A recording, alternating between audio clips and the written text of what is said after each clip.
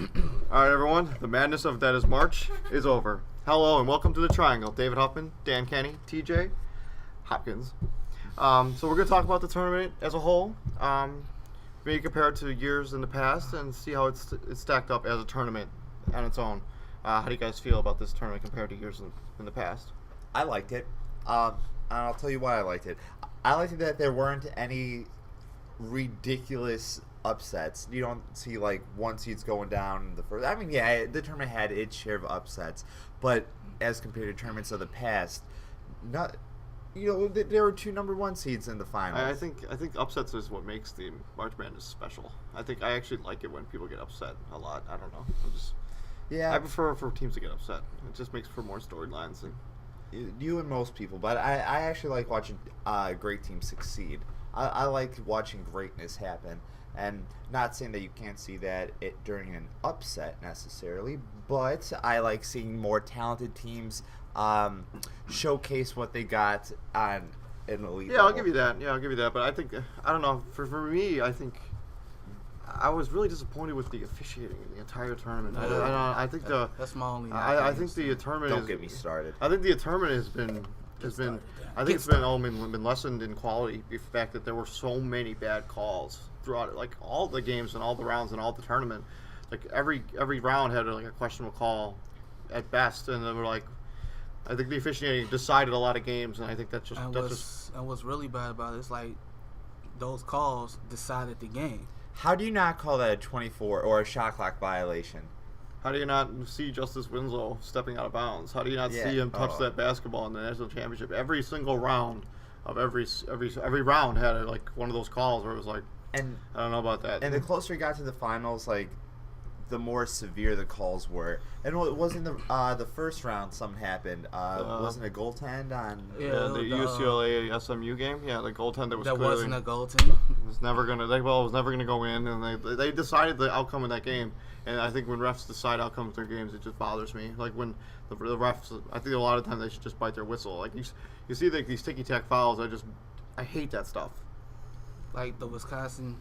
The West Virginia Kentucky game. Like we all knew West Virginia was gonna lose, but West Virginia is a physical team.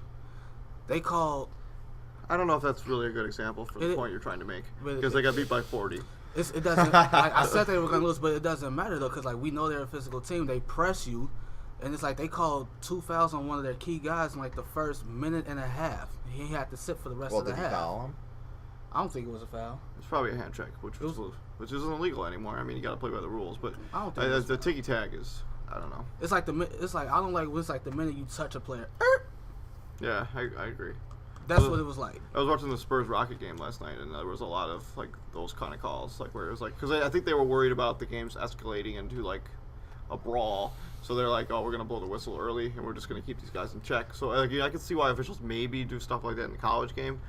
Like maybe just to blow the whistle just to keep things from getting like escalating. If there's like chippiness involved in a game, you just start blowing the whistle to like be like, hey, we're not tolerating this. But I don't know, the officiating was terrible at this tournament. I completely concur with that. But one rule change that I personally would like to see in the college game is bring that shot clock down to 24 seconds. It's so slow. It's too long. It's just too long. It doesn't have to be that long. Like you see a player dribbling the ball like near the midcourt. Till the 15-second time, like you basically have 20 seconds of every 20 seconds of every possession is basically nothing. Yeah, like, it was basically just the guys just dribbling, and like once they get over half court, it was basically just dribbling until it's like, oh, it's 15 seconds left. Oh, it's like initiate some offense now. I think I'd love to see them take it down to like 28 or 24. Yeah, like just knock it below 30. Anything below 30 is fine. I wouldn't even mind 30. Like I would like just something. Like it has to be changed. Like they have. I know they tested it out in the WNBA or not the DNC, the women's tournament. They tested out the 30-second shot clock. Seemed to work over pretty well. But I think they should definitely use that in men's. I don't know if the 35-second shot clock is just so long. It's unbearable. It's boring. It doesn't make for exciting television. Like it's just like half the time you're just watching nothing happening. Like Gino Auriemma said, the men's game is a joke, and that's what he was referring to. Like, why do you need 35 seconds? Well, I don't know if that's really. I don't know if Gino Auriemma is really one to say because there's no parity in the women's bracket. Like it's just like the same teams every year, and they just win, and it's like almost surprising when they don't win. You found a way to talk about the women's Yeah, bracket, well, didn't you, Dave? Yeah, I don't know. We're going to go back to the men's. How did you feel about the team that came out? Do you feel like they were the best team in the tournament? They're the second best team of the tournament. I mean, I always say the best man won, so there's that. The best man won. I think Duke may have been the best team in the tournament from like top to bottom. Like I think they may have been the best team. I know Kentucky was like super undefeated, but they play they don't play in a good conference where they weren't really tested very much, and they weren't really tested until they got to Notre Dame, I guess. So like when they finally got that well, test, they were tested during the regular season a little bit. They don't play in a power. I mean, they don't play in a pretty powerhouse. They don't play in a powerhouse basketball conference. Yes. By any means. Yes. Like it's not the ACC. It's not the Big Ten. Like Duke plays top-notch competition all the time. All the time in the ACC play. Like there is the ACC and the Big Ten, and the Big 12 to a certain extent. Yeah. Anyone can be beaten. In the SEC, we already know who's coming out. You know what else is something else? The Big 12 is very down right now because they came into the tournament. They had a lot of hype, and because they think they had a lot of good teams, and they all just got slapped around. In the first round, yeah, they all bounced. Most Big 12 teams got bounced. Like did they even make it even to the Elite 8?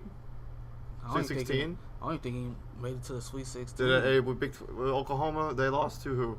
They made it to the Sweet 16. They made it to the Sweet 16. Okay. Yeah. Who they finally lose to? Michigan State? Yeah. Sparties. Mm-hmm. It was a close game too, but overall, I liked the tournament. I thought it was exciting. I thought it made for good television. I think Duke is.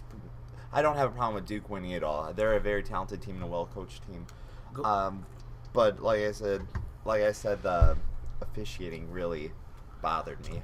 So if you were to take away the bad officiating, is this a Duke win or a Wisconsin loss? Because Wisconsin was up at one point. I still think Duke would have won. They would have found a way to win. I think they were a better team overall. I feel like if Wisconsin would have got more production out of Sam Decker, they win this game. Yeah, he didn't play good in the game. Like but he was a shell of himself. You also make the argument if the refs aren't blowing their whistle all the time, you don't have Justin Winslow and Okafor getting in foul trouble early. Like he had 4 fouls. The whole year he never fouled out. It's like those ticky-tack fouls. Like the minute he brushed up or bumped Kaminsky. Well, he sent Kaminsky flying on that. Okay. Play. I thought his fourth foul was very tic-tac. Like I didn't know I felt like his third one was because his third one was all ball. Because Kaminsky, he's gonna drive, he's gonna spin, he's gonna do that little drop step, and Jalil, he swiped at the ball and he got all ball, and the ref called it a foul. Yeah, I don't know. I feel like they should be able to. And then I hate the stuff where it's like, oh, you can only review things if it's under 2 minutes. Yeah, that's such a dumb rule. Get the call right. Get the call right. Like, just make the right call. Like even if you got to review it, like, make sure the call is correct. Like, forget human error. Like that. We have been Wisconsin with the technology. 2 possessions. With the technology the way it is now, there shouldn't be this element of human error that decides basketball games. And it shouldn't take so long. It shouldn't take so long. I'd rather wait a little bit to get the call right. I think they should. If a call is questionable, if it's questionable, yes. But if it's an obvious call, like where the ball is clearly off Winslow's fingers, or he clearly steps out of bounds. I don't know how clear it was. I mean, you never really. Every angle you saw was. I don't know. It wasn't super definitive. The only thing people were talking was like the basketball may have changed direction a little bit. I was like, I don't know. Like, I think it should have been probably a jump ball, but I know they don't do that in college, so. They have to just give it to whoever they awarded it to. If I had to, if it was one rule I would change, it would be the jump ball. Because, they go by possession error. I'm like, if it's a jump ball, do a jump ball. Forget this whole possession arrow thing. Get rid of that altogether. If it's a jump ball situation, jump it up.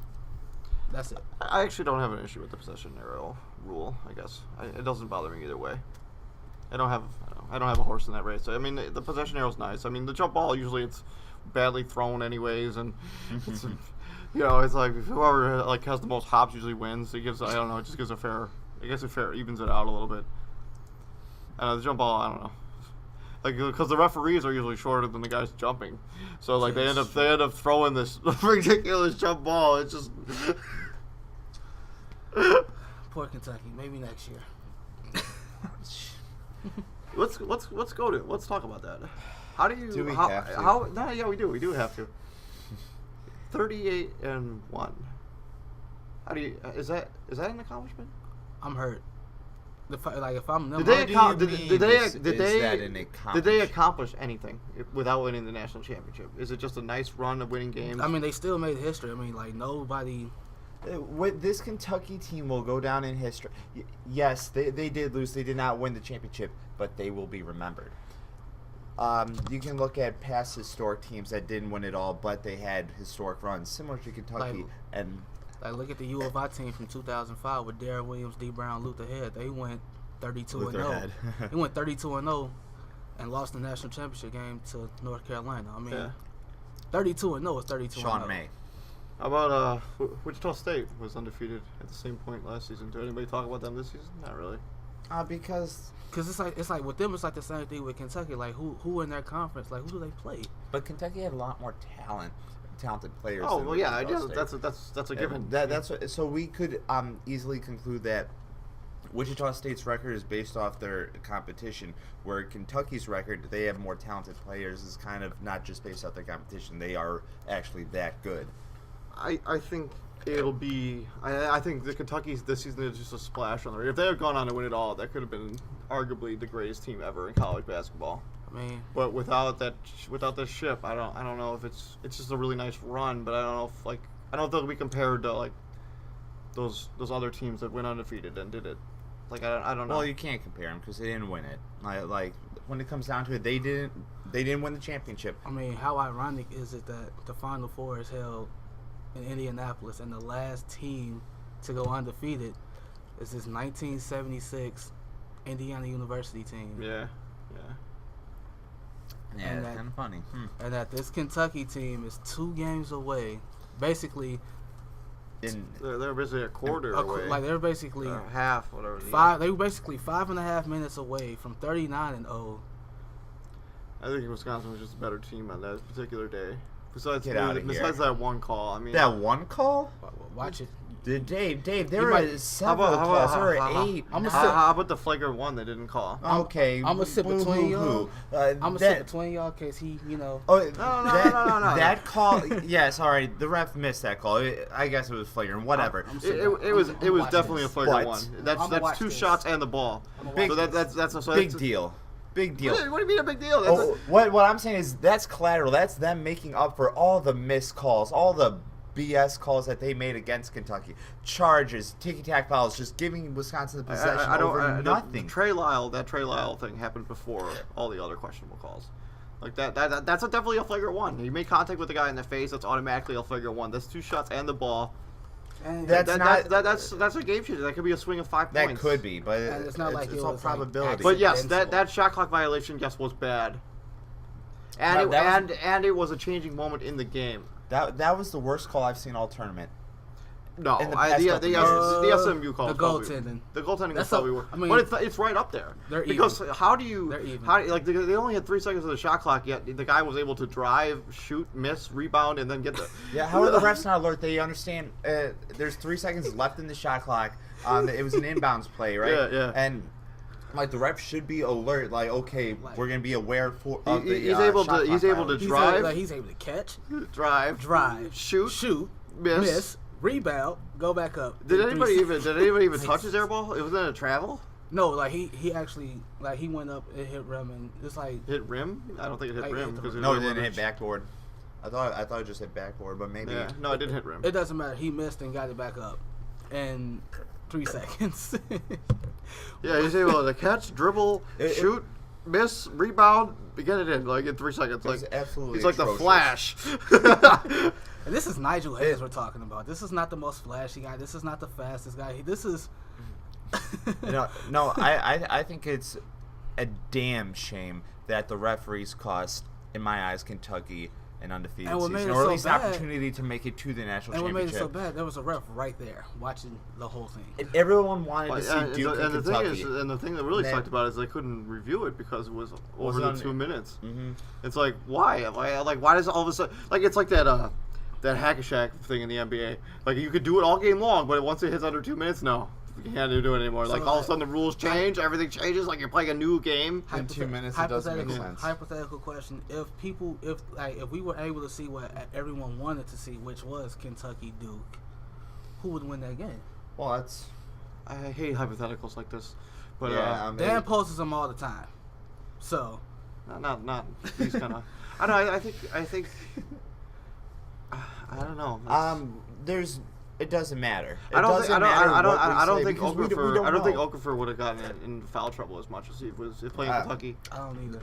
This is all like presumption. Like it doesn't matter. We don't know. We'll never see.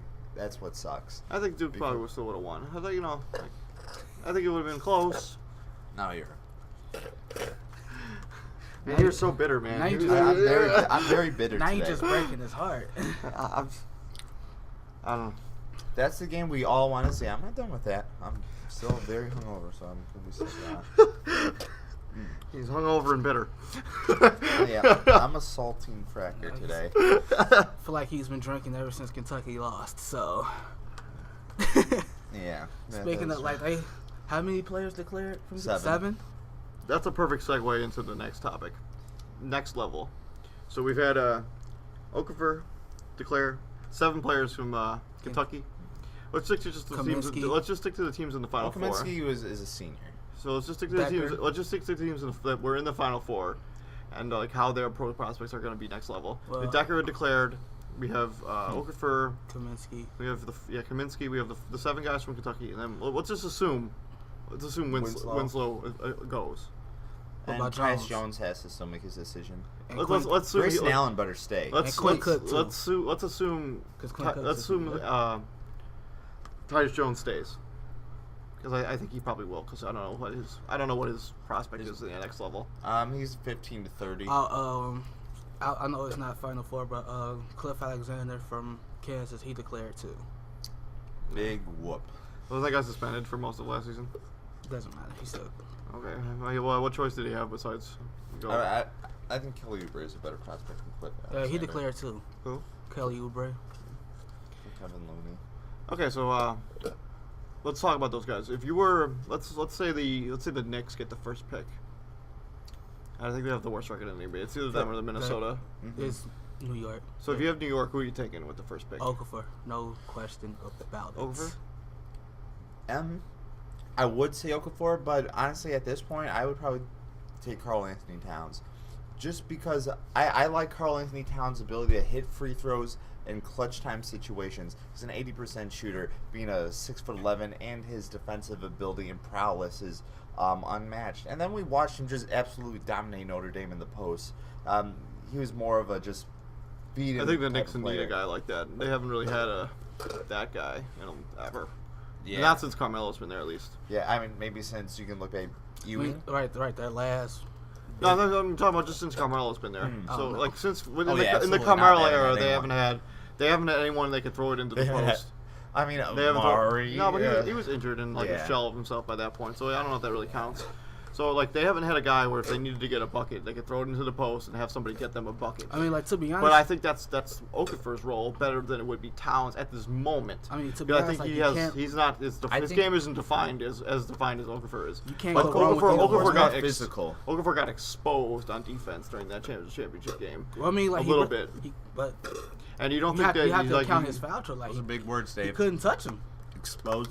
He got exposed. He couldn't touch him. He got exposed. He couldn't touch him. He couldn't touch him. How can you say he was exposed when he was in foul trouble? He got a little exposed against Kaminsky. He got a little exposed. I'm not even. I think that's disrespectful. I'm not going to say Julia Okafor was exposed. TJ was getting at, the circumstances of the game allowed him to play a less physical type of defense. So disrespectful. Okay. Kaminsky's one of the most talented players in the country. He's having a phenomenal year. Yeah. Okafor is a physical phenomenon. He's huge. He's strong. He is big. And I think he'll be a physical presence in the NBA.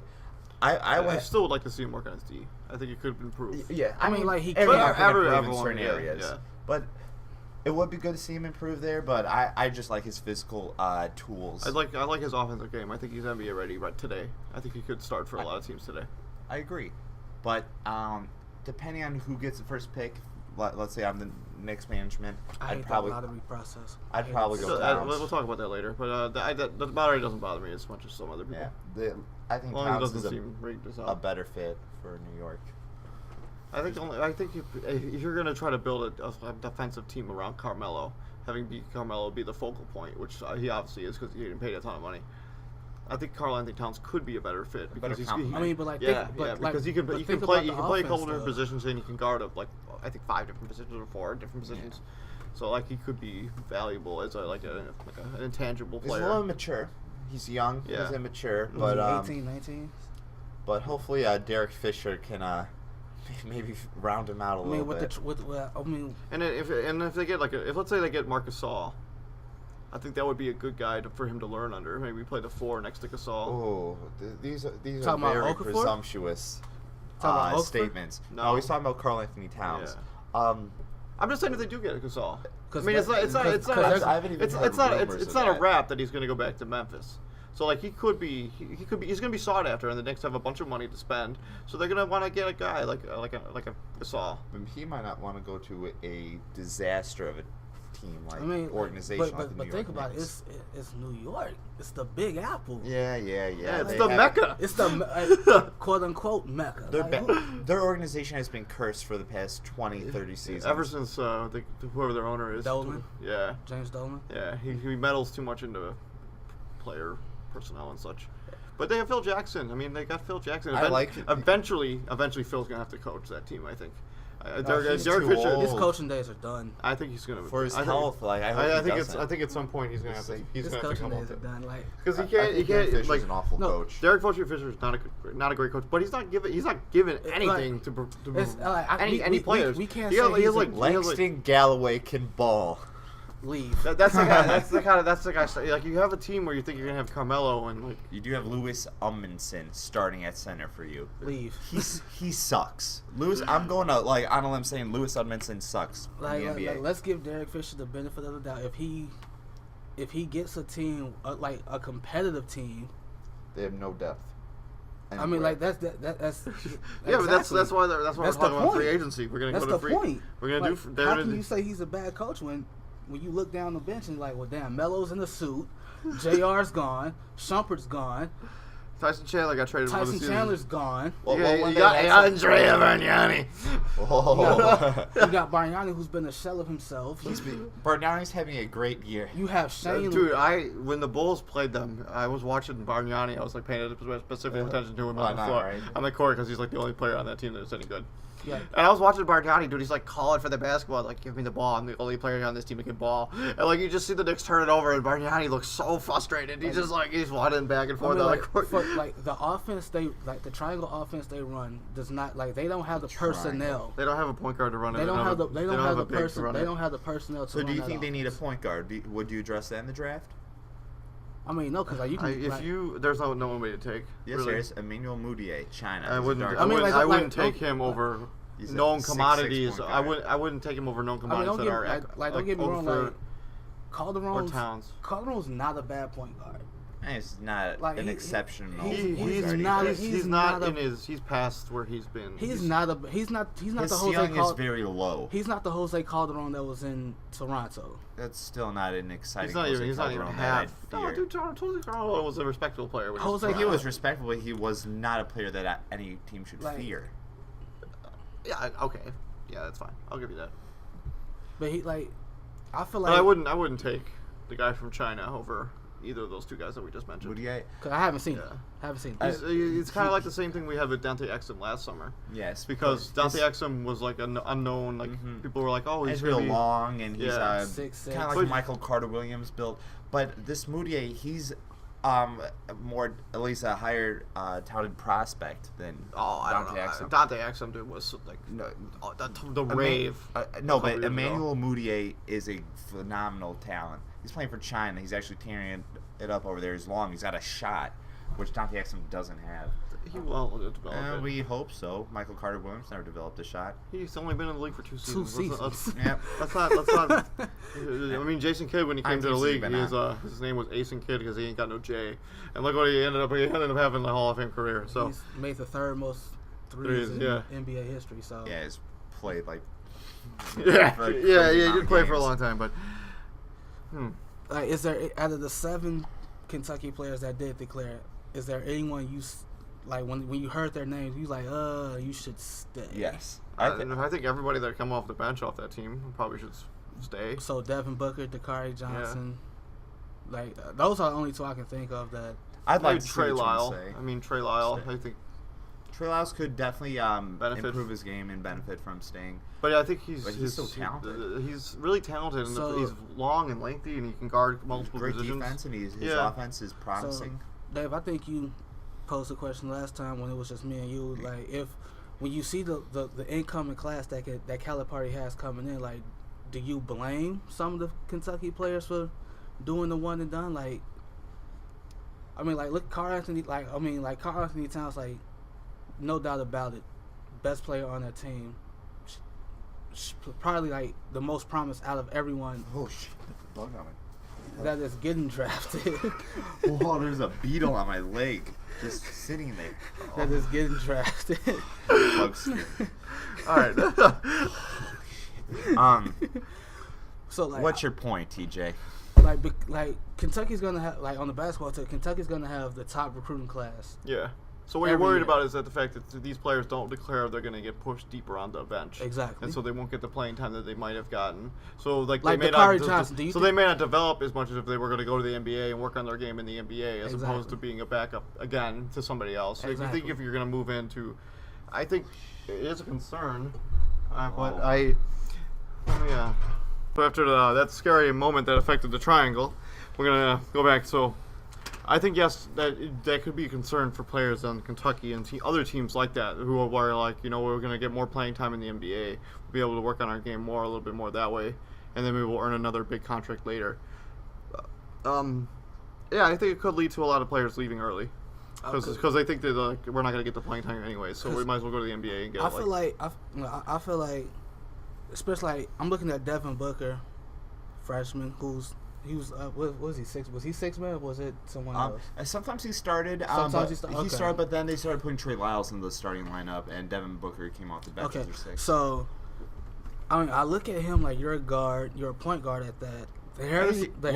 He was a point. He's more of a like, two. he's a combo. He's a combo. He's a combo. tweener. Okay, so the Harrison twins are leaving. I feel like if I was them, I probably would have stayed for another year. Oh, Yeah. definitely. If like they're leaving, if I'm Devin Booker and I see that they're leaving, I'm like, dude, I have a chance to be the starting point guard on arguably the best team in the country. Like, if I'm Devin Booker, I'm like, this starting guard spot is mine to lose. He's a shooting guard in the NBA, probably. Yeah, I agree. But Listen. I get what you're saying. I'm like, he might not even get drafted. Devin Booker? Yeah. Oh no, he'll be a he- first round pick. He will you get serious? drafted. Yeah, no, he will be. He's Really? he's projected to be between 12 and 20 at this point. That is Yeah, I mean, way too high. He's talented. he's skilled. He is He's kind of like a Zach LaVine. Like the production wasn't there in college, but you see the talent in it. Does Can't he have, translate does the he have the athleticism? No, of Zach I'm LaVine? not. But Nowhere I'm, near. that's not the comparison I'm making. Come on, boys, try to Oh, pay attention. no, but like when you think of Zach LaVine, that's the first thing you think of. Yeah, but You know, That is like- the first. But Yeah. what I was saying is how he didn't. His performance at the college level wasn't exceptional, but you saw the talent. You saw the Yeah. talent, but he didn't reach it. He didn't achieve it. But now in the NBA, he's actually playing pretty well for not playing too well in college. And that's what the comparison I'm making to Devin Booker. Devin Booker has the skills to excel. In the I next think level. I think Eric Bledsoe would be a better comparison, maybe. Yeah, I guess. I mean, both serve my point the same. Yeah. So, but yeah, kind of like Eric Bledsoe, former Kentucky player, by the way. Or Archie Goodwin, I guess. Archie Goodwin. No, that doesn't really make a case because he hasn't performed it. Have you looked at his stats lately? He's been playing pretty well for Phoenix lately. Like, Yeah, And he give me a didn't- time frame. Are you talking about 4 games? No, like Dave? last month. He's been a productive player the last month. Don't look it up right now. You can look it up as soon as it's over. I wasn't. No. I don't think Archie He's Goodwin. been productive for Because like I the felt last like month or so. I felt like when he declared, he should have stayed his ass in school. Oh yeah, too. absolutely. It's super, hell yeah. I felt the same way about Eric Bledsoe though, and he made the right decision. So Okay, out of let's say the 7 Kentucky players and Okafor and the other people that we talked Okay. about today, who's gonna be a bust? in the NBA? Who's gonna have maybe a couple years in the NBA and they're just When unsuccessful? you say bust, you mean they're not going to be like because I- in order to be a bust, I feel like you have to be a lottery pick, almost. All right, who's going? Okay, then. Who's gonna pull a Hashim to beat like that? Like who's gonna be? But yeah, I'm talking about that. Or who's just not going to perform well in the NBA? It could be, despite where they're picked. Dakari Johnson, like you can include him. Out of though he's not out going of to be the- picked too like- high. Out of the Kentucky 7 or Including Jahlil anyone. Okafor and the Final Four. Justice Winslow, which we haven't really talked to, which I really wanted to get to Go after ahead. this. I actually feel like all the players that we've discussed, I think they're all going to be productive NBA players. But in the NBA, there's always players that don't pan out that get drafted. Yeah, maybe their worth ethic isn't up to par and like other things, but I think as long as they work at it, I think all of those. I Guys, mean, I think as- all the guys we talked about are going to be I mean, as productive long as players. Trey in the- Lyles get to slap somebody in the face, I think he'll be fine. I think Trey Lyle is going to be a super good player in the NBA. I agree. I think he's got. Yeah, I think he might grow a little bit more. Maybe he could be like 6'10", maybe. Because what is he? Is he? A No, freshman? he's 6'11". Oh, is he already? I thought he was 6'9" for some reason. He's No, a they long. they legit had the tallest front line. Yeah, so College basketball. so he could. I don't know if he can play small forward at 6'11", that would be. Yeah. It's like impressive. be Like- like a KD because KD's 6'11". He's So, 6'10". but yeah. 6'11". I don't think he's got the handle of a Kevin Durant. But Kevin Durant didn't really have this kind of handle when he came out, so I think you can work on your game. Well, that's what's nice about going to the NBA. Like when the NBA becomes your life, you have a lot of free time to work on the aspects of your game that you wouldn't have to. When you go to college, you have to go to class. You have to Tall threes kind of scare me. Do you guys remember Jan Vesley? Yeah, I remember Jan Vesley. He's buried. He went back overseas. That's good. Yeah, That's what he wants. but the problem is, no, that was not even really fair. The guy never really got to play in Washington at all. Oh, Like the guy, they never gave him a chance to play. Like he was He super didn't earn a talented. spot to play though. Like he didn't. Yeah, how do you don't know that? He- He could be like Tom Thibodeau, who refuses to play rookies ever. yeah, but Unless he you're- was I don't on even a know who team- the coach was at the time. Was it Flip Saunders? They've had a plethora of different No, coaches. I think it's been the same guy. No, not when Van Vesely was there. Yeah, it was. Randy Whitman is only in his third season, I think. Yeah. And Jan Vesely was drafted the same draft with Jonas Valanciunas. How long has Jonas Valanciunas been in the league? 4 seasons? No, but Jonas played overseas for his first year. No, he didn't. Yes, he did. Yes, he did. Check your facts, Dave. Okay, all right. But they were still the same draft class, except Jan Vesely came over right away. So I don't know who the coach was. Does you guys know who it was? I'm I pretty don't sure. know I'm how pretty we sure started it's talking Whitman. about Jan Vesley, but I feel like it's my Man, fault. you brought it up.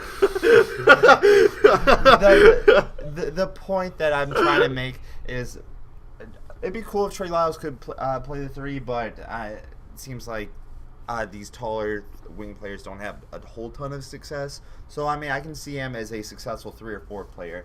Devin Booker, I really wish he stayed in college. The Twins, I feel like they're gonna be terrible without each other. They'll figure it out, and they're not going to be bust because they won't be in the first round pick. So I no, think they it's- will. There- there Aaron- is a- Aaron- At least one of them will. Aaron's projected to be 20 to 30, and Andrew's like 25 to 40. They're fringe kinda first range. round picks. Yeah, I guess so. I mean, Andrew might be second round, but Aaron certainly should go in the first. I don't know if those guys will be quote unquote bust because they won't be lottery picks. Like, unless they put like a Morris twins and get on the same team, because like I think they'll figure it out. I mean, they seem. They might. I don't know. It might be a slower transition for them. They might not be good right off the bat, but I like it. Aaron's got a really good shot in the NBA, and Andrew's more of a complete guard. So I mean, I don't think either of those guys are going to be great in the NBA. I don't either. I don't think they're gonna be starting calibers, but I think they'll be decent off the bench. I don't, Well, all I right, don't yeah, use- maybe. I- Maybe they'll be like that 12th man. That I mean, crack the rotation. maybe they could play for the Lakers and like get some decent start minutes. man, We Jordan Clarkson has been balling lately, dude. Yeah, Jordan Clarkson, he's a good player. He was a nice pick for them. So Justice Winslow. What about Justice Winslow? Yeah, I know you want to talk I about Justice love Winslow. his game, and I think he has a very high ceiling. And if I had to pick a player that would become after his career's over, who would be the best out of this draft class, I think it would be him. Justice I Winslow. think the ceiling is just going up and up and up for that guy. He's raw. He's athletic. He can shoot it. He can handle it. He can play His defense. Yeah, He's their that's garbage what- man. like he is. That's what I like about him the most is his defense. He's got he stands out on the defensive He's end. fearless. He has the potential. I think he has the potential to be Sometimes I think the sky's the limit for that guy. I mean, like when but I sometimes say, he goes too fast. So sometimes he's got his foot on the pedal. I think once you get into the NBA, you can slow your game down. You have to remember he's a freshman playing. On I big understand stages, that but too, but that's something I he mean, needs like, to certainly address. that guy's like, what I like about him, like he's fearless. Like he was in foul trouble just as much as Okafor was in the national championship game, and He almost picked up his fourth too, or and, fifth. And even when he was in foul trouble, when he got the ball, he put his head down and he went to that, and he was driving to the basket like, man, what foul? Like I don't have any fouls. Who's your player comparison? I can see him becoming like a Paul George. Because last time we did this, I said Paul George. I said Kawhi Leonard. I have another name. I can see a Paul George. I can see a Winslow being How tall is he right now? 6'7", I think. 6'7", 6'8", one of those. I think it's about 6'7". This is one player that I'm thinking of. All right, he might turn out to be. He might be like exceed his this player I'm about to name's level. Trevor Ariza. I think he's gonna be better than Trevor Ariza. But I think I don't know. I think he's more athletic than Trevor Ariza is. I mean, Trevor Ariza is a little older, but when he first came on the scene, though, like with the Lakers, like he was Laker very Trevor athletic. Ariza was. Yeah, he was tough. He was especially when he got his jump shot right because. Oh yeah. I remember when I think he broke his ankle and then he just like he spent the whole time rehabbing. He was just spent the shooting. And the shot, but like when he first came out, he was very athletic. He was springboard. I seen I kind think of he's better than Trevor Ariza. I can see him. He's got potential to be better than Trevor Ariza, but I feel like when he first comes on the scene, he can have a Trevor Ariza kind of play style. Yeah, I think he's a better ball handler than Trevor Ariza is.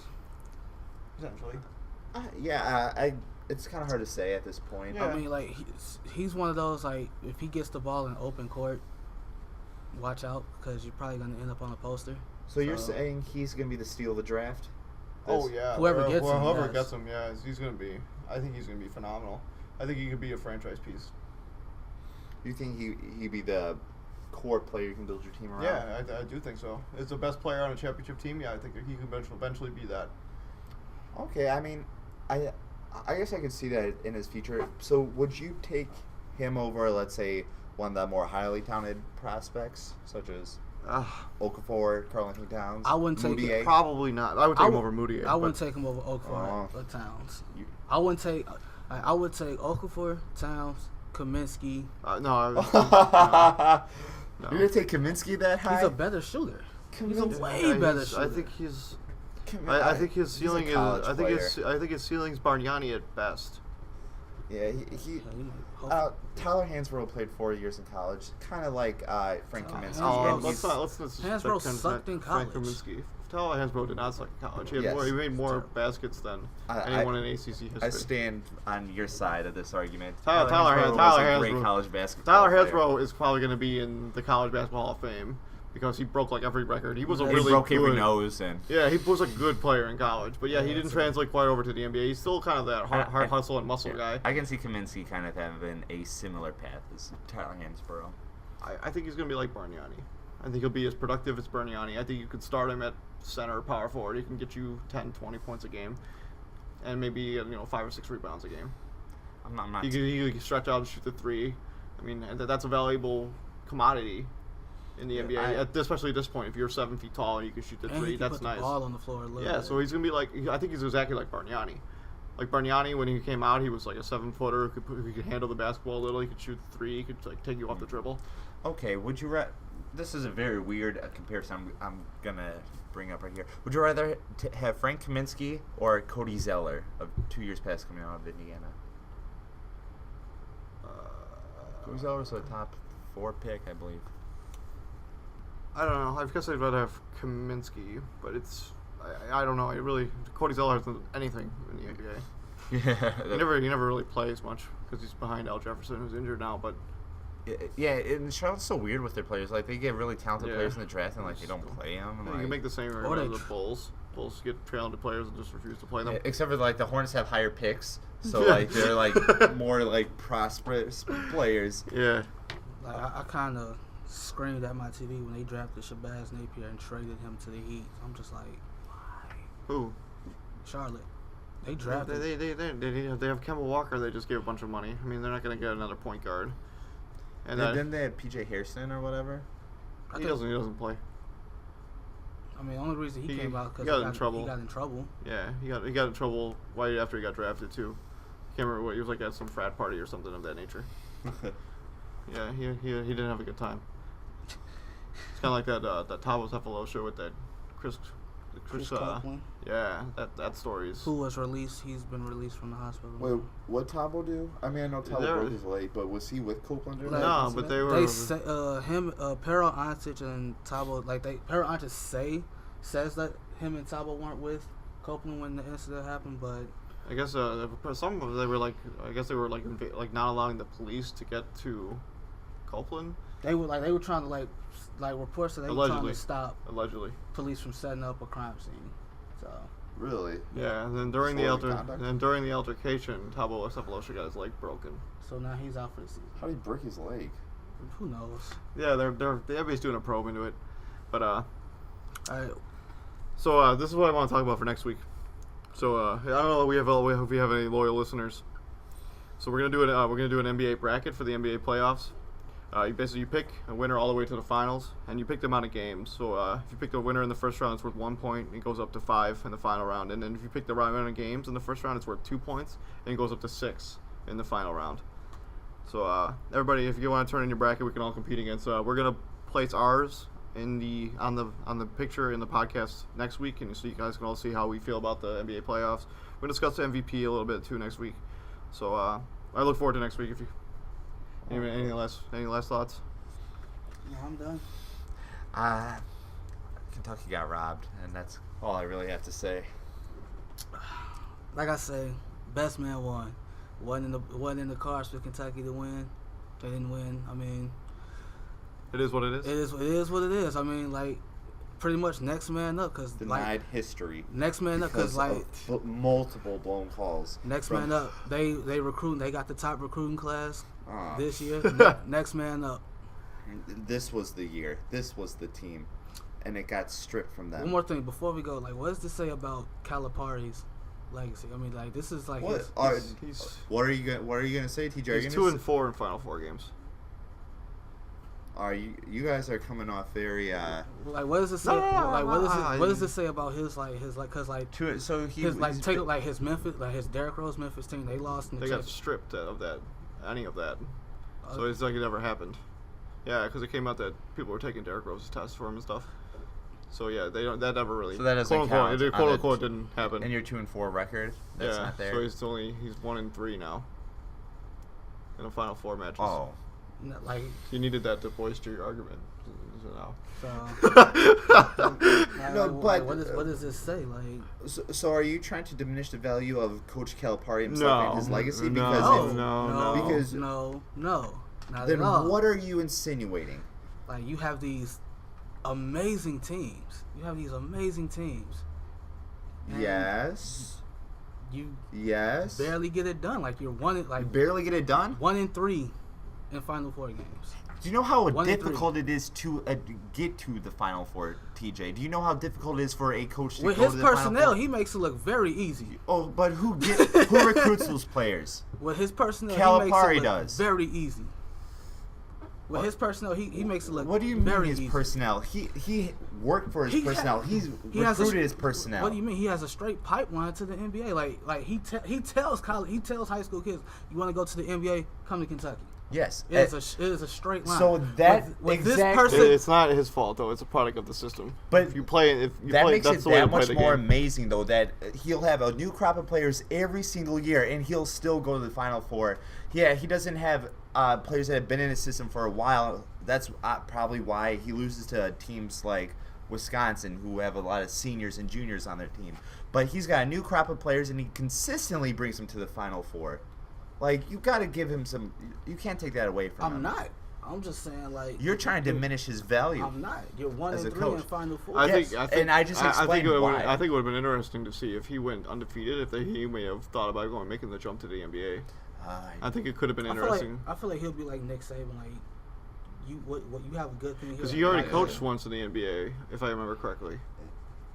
right? Yeah, and it wasn't good at all. And same thing with Nick Saban. He's like he tried to coach Yeah, NFL and yeah, it the didn't Dolphins. work. And it didn't work. Like, but what he has at Bama, what Calipari has at Kentucky, like, why would you leave that? Like, You're the top of the pedestal. Yeah, he makes more money. are He makes more money at Kentucky than he would at like half the NBA teams. I mean, like, don't get me wrong, because like what sucks for, I ain't gonna say this sucks. Like, what's bad, like, what gets Calipari is like he's not the only great college basketball coach. Like Nick Saban, like how many coaches in college football can compare Spurrier to Nick Saban to what he's done? How about Urban Meyer? Yeah. Okay. I mean, there's a couple we can name. Yeah, I don't really Chip want Kelly to. back in the day. I don't really want to get involved in college football conversation at the moment. Like, yeah, but Calipari, like, I don't know. I feel like to me, I feel like he needed this one. He needed to win this one. I think he's gonna be fine. You think? What do you mean he needs? And what extent does he need a victory more than any other victory? Why did he need this one more than any other one? I mean, like, what every ESPN analyst talks about is well, why does it not matter? getting it done. What? Why? I think in the NCAA tournament, with it being a one and done system, I think the coaching is more difficult than it would be in a series. Because I think if you were to play Kentucky in a series, in a 7-game series, I think they'd beat anyone in the tournament. But with the way being a one and done, you can have, especially since they're so young, maybe the pressure gets too big, the moment gets too large. You can just have it's not as strong as someone that's been playing with each other for 3 years. I kind of put that on them losing to us. To be honest, I feel like they could have beat Wisconsin. Oh, it's just they could. They could have, but they didn't. But they didn't. It's just the fact that you're up 5 with 5.5 minutes to go, and you're in chew clock mode. Like, why? But that coaching decision was poor. It was a poor coaching decision. I understand. And what else is like you? But the players were tentative.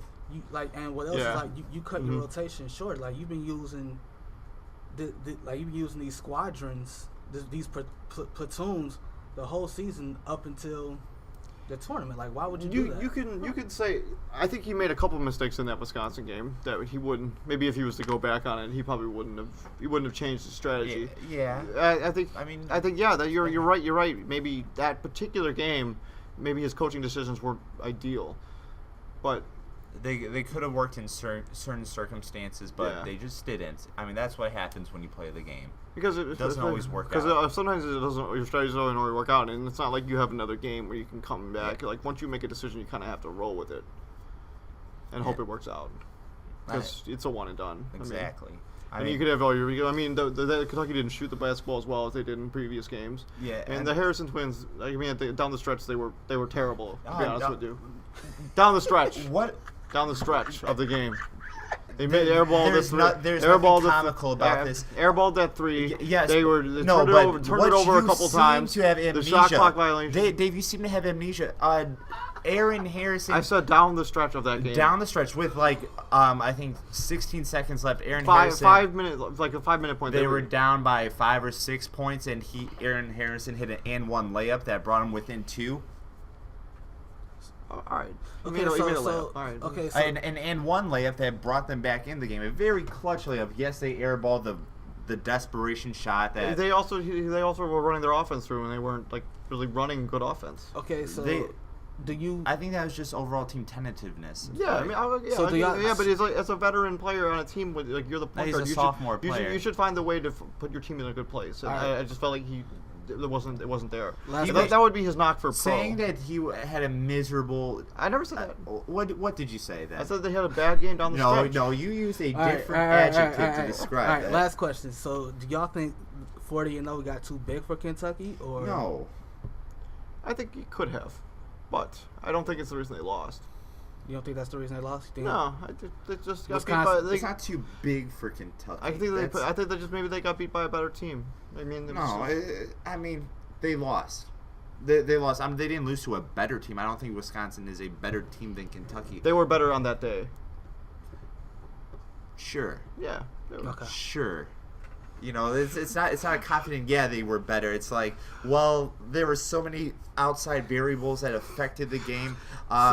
Sure, they won, but are they a better team? So like Dave, I will not say that. Like you made this notion last time. It was like because of who Wisconsin plays, they've had more nail biting games. Like they play more nail biting games than Kentucky. Yeah. Probably ever will do. Do you think because like situations like that, Wisconsin was like not at all? Oh yeah, I don't think that's any question about that. I'm sure the fact they that benefit from the that. fact that Wisconsin played in more close games than Kentucky did, I think absolutely factored in the fact that they were able to. So Kentucky's players yeah. didn't know how to handle a pressure situation. No. I'm not saying that. I'm not going that far. You and your loaded questions, TJ. I'm not gonna go that far. But I think the level of the competition they played in the regular season and the fact that they play in a weaker conference could have affected the fact that they were 38-0 in the first place. What? I mean, if they play in the ACC, they're probably not going to come out at 38-0 at that point. They're probably going to lose a game at some point in the season. I mean, if they play in the Big Ten, they're probably going to lose a game.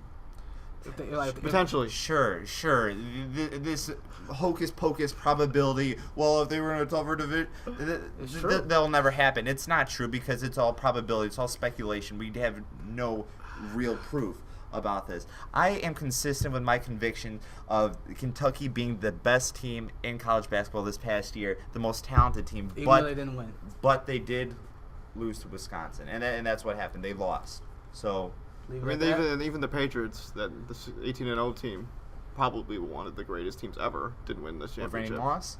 Yeah. 23 touchdowns. Yeah. And Tom Brady, I agree. And I mean, they got beat by because especially with the NFL is the same thing. It's a one and done, so you got to play They just didn't have their A game that one day. And they'll never be forgotten. Those teams too. Like they had historic runs. They were great teams. The New England Patriots that you referenced, this year's Kentucky Wildcats. I think they will not be forgotten.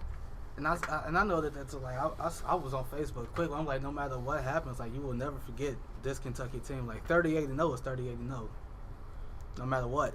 You actually posted that. Yeah. In support of Kentucky. You didn't see that? he did have some stuff on. It was pro Kentucky. He's not a hater. Yeah. He's not. I mean, in this one, like, No, you just like playing devil's advocate, TJ. it's fun. Yeah. Okay, well that's all I have. That's all I have for that. It says, this is the Triangle and Bitter Dan Kenny. Yeah. Signing off. Good night, guys.